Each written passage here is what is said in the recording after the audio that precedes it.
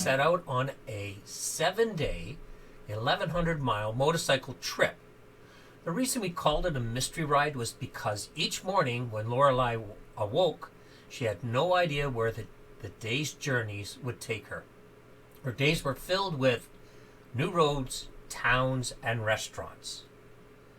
To give you an idea of where we went in southwestern Ontario, we toured to Owen Sound, where we stayed at the Travel Lodge. We then went to Grand Bend for 2 days and stayed at the Oakwood Resort for 2 nights. We traveled to Leamington, stayed at the Comfort Inn, rode to Port Dover and stayed at the Erie Beach Hotel, and finally landing in Niagara-on-the-Lake and staying at the Irish Harp. Now, part of our tours was traveling along the lake shores of many of the lakes and waterways of southwestern Ontario. When we left Keswick, we traveled along the shores of Lake Simcoe, then Georgian Bay, Lake Huron, the St. Clair River and Lake St. Clair, Lake Erie, not to mention traveling to Niagara Falls along the Niagara River, and finally hugging the shoreline of Lake Ontario as we made our way back home. Our days were filled with wonderful sights and small towns. One of the nice things was being able to stop and enjoy a refreshment with our lunch. We took in a number of microbreweries.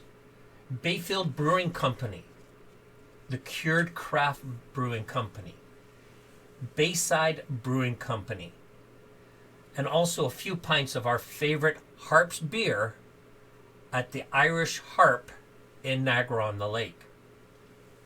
Restaurants, to give you an idea of the restaurants we stopped at, again, the Bayfield Brewing Company in Bayfield, Ontario, the Growling Gator and Dave's Pub in Grand Bend, the Crude Craft Brewing Company in Leamington, Two Forks, which had excellent mac and cheese, in Port Stanley, the Perch Patio, which was on top of the Erie Beach Hotel in Port Dover, where I had a feast of fried perch.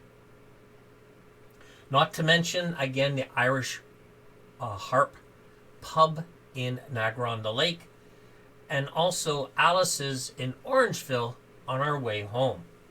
Had some great meals at these restaurants. Now, for highlights, as you've probably seen from Laurie's end of the ride corner, which I still think should be called Dave's Corner, but anyway, Laurie highlighted many of the day's highlights and lowlights.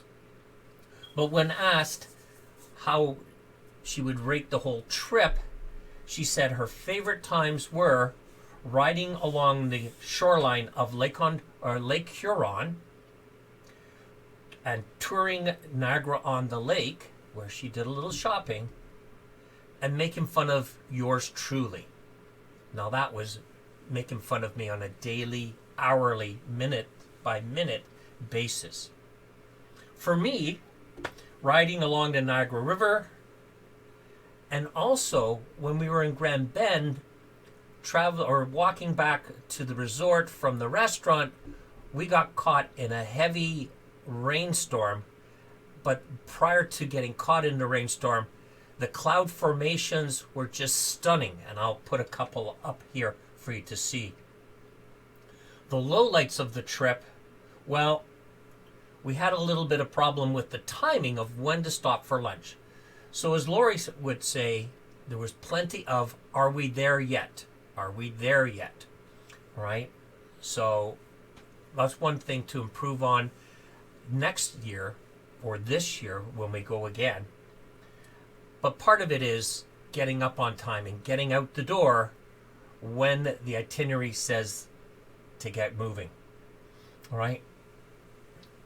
For me and Lori, both of us agree the highlight was the people that we met over the 7 days. For example, Big Poppy and his friends that were riding their motorcycles to Tobermory, we met them in the pub in Owen Sound. And what a great evening that was, chatting with them.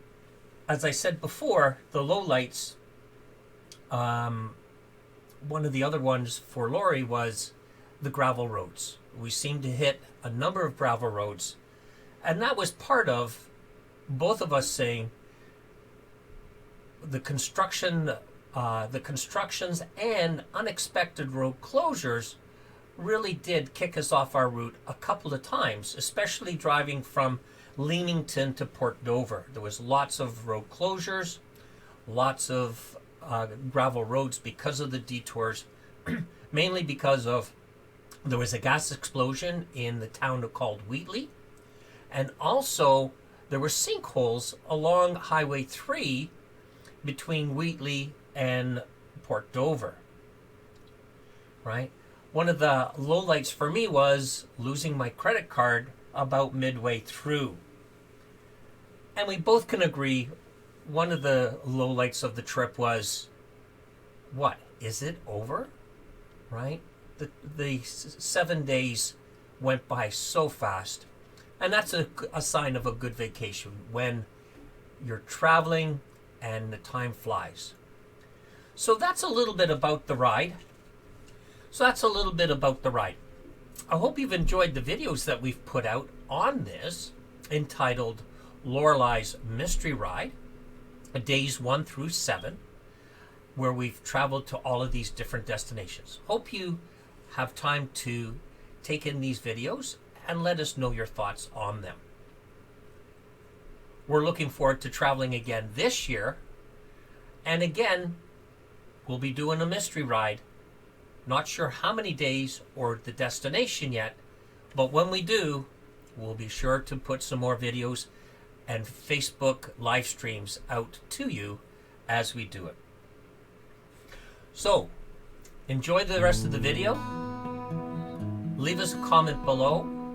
If you haven't subscribed to our channel yet, please consider subscribing.